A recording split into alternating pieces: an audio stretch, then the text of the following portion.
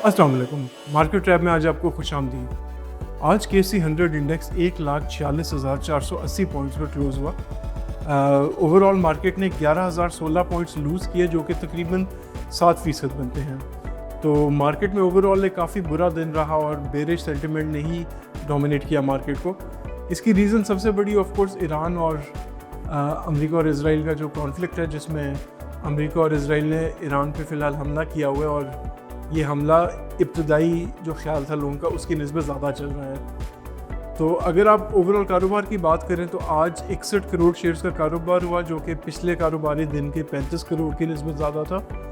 इसी तरह से मालियत के अतबार से आज 37 अरब रुपये का कारोबार हुआ, जो कि पिछले दिन के 23 अरब की निस्बत ज़्यादा था। तो मार्केट में कारोबार हुआ, लेकिन ऑफ कोर्स बेरिश सेंटिमेंट था, बुरी न्यूज़ आ रही थी और मार्केट उससे रिएक्ट कर रही थी। तो सबसे बड़ी जो न्यूज़ थी आज वो ऑयल की प्राइसेस थी, जो कि पिछले हफ्ते भी बहुत ज़्यादा इंक्रीज़ की थी, लेकिन आज ही जो पहला कारोबारी दिन था दुनिया में, उसमें जो तेल के फ्यूचर्स हैं उनकी सतह तकरीबन $120 फी बैरल तक जा पहुंची, 117 तक गई थी और अब वो वापस आके तकरीबन 107 ब्रेंट की प्राइस आ चुकी है, जो कि अभी भी पिछले 4 साल में सबसे हाईएस्ट प्राइस है।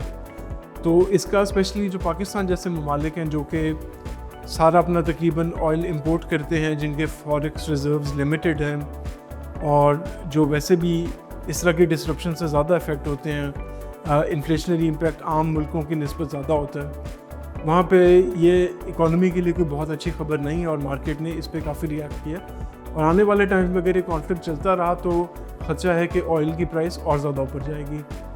इसी तरह ईरान में जो नेक्स्ट सुप्रीम लीडर चूज़ किया गया है काउंसिल ने, वो ख़ामेनी साहब के अगले जो उनके साहिबजादे हैं मुश्तबा ख़ामेनी हैं। और ये चीज़ इसका मार्केट ने ये भी एक नेगेटिवली देखा गया, क्योंकि जो इनिशियली ख्याल था कि शायद अमेरिका और ईरान का कोई मुआहिदा हो जाए, कोई एग्रीमेंट हो जाए कि कोई ट्रंप की अप्रूवल का कोई बंदा शायद ईरान की रजीम लगा दे, ऐसा नहीं हुआ और अभी भी एक क्लरिकल वाले ही लोग आ रहे हैं, जिसकी वजह से अमेरिका और इजराइल शायद हमला करते रहें, जो कि ऑफ कोर्स ओवरऑल खिते की स्टेबिलिटी और इकॉनमी के लिए कोई अच्छी चीज़ नहीं है।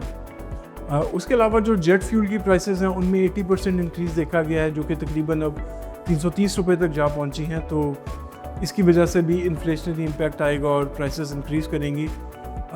इसके अलावा मॉनेटरी पॉलिसी कमेटी की मीटिंग अभी चल रही है एज वी स्पीक, और उसमें भी आम तौर पर मार्केट का सेंटिमेंट यही है कि शायद बहुत मार्जिनल सा रेट हाइक हो, लेकिन जनरली जो मेजॉरिटी सेंटिमेंट है वो ये है कि रेट्स को उनकी सतह पर फ़िलहाल रखा जाएगा।